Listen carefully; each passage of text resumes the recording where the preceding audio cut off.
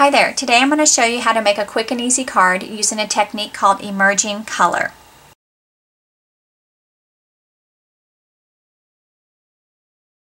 To get started, we're going to use a piece of the Sweet Sorbet Designer Series Paper.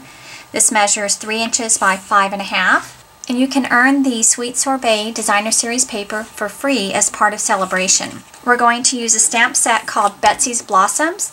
You want to use a bold image for this technique. We're going to use Versamark ink, and you're going to pat it all around your stamp. And I'm going to stamp 3 of these flowers, 1, 2, and 3. So just press firmly. Now I forgot to use my Embossing Buddy. You want to remember to use this when you're embossing.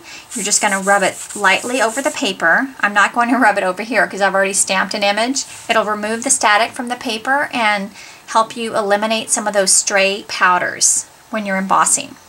And you're going to stamp the next one here and press firmly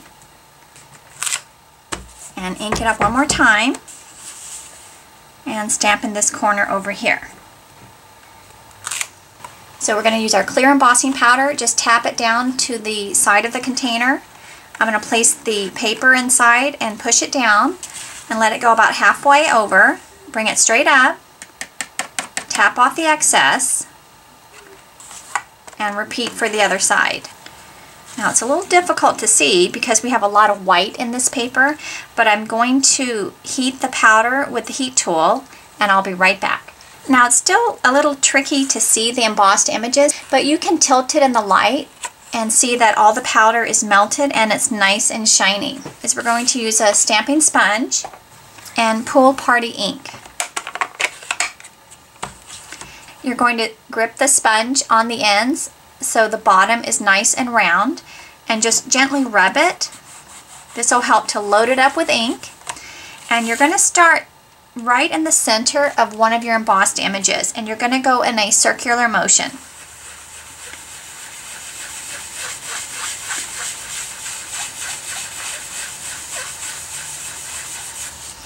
So you can see part of the flower starting to show. You just want to repeat this until this whole piece of paper is completely covered in ink.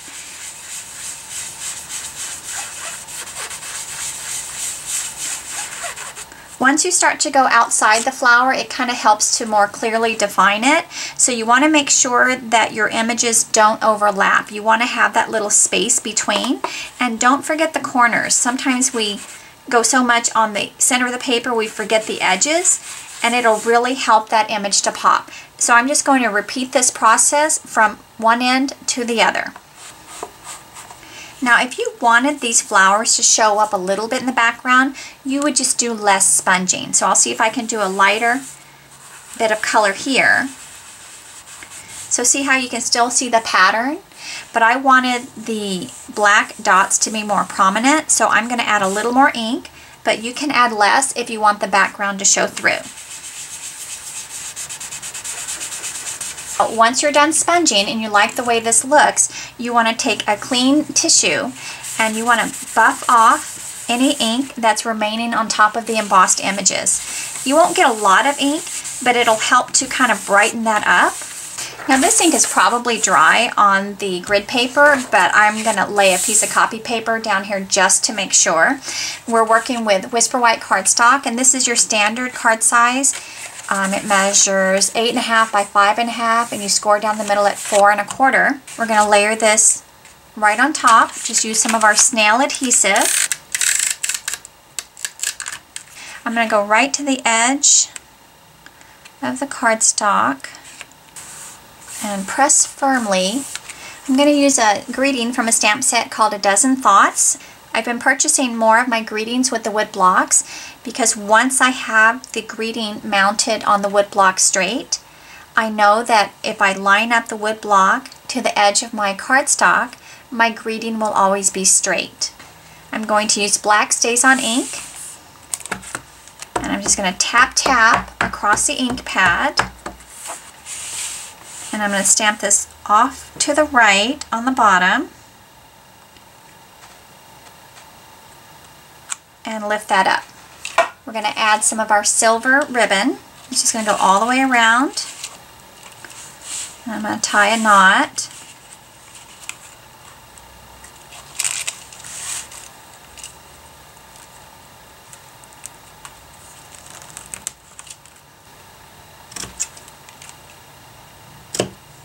Because I went all the way around the card, it's easy for me to scoot this over to the other side.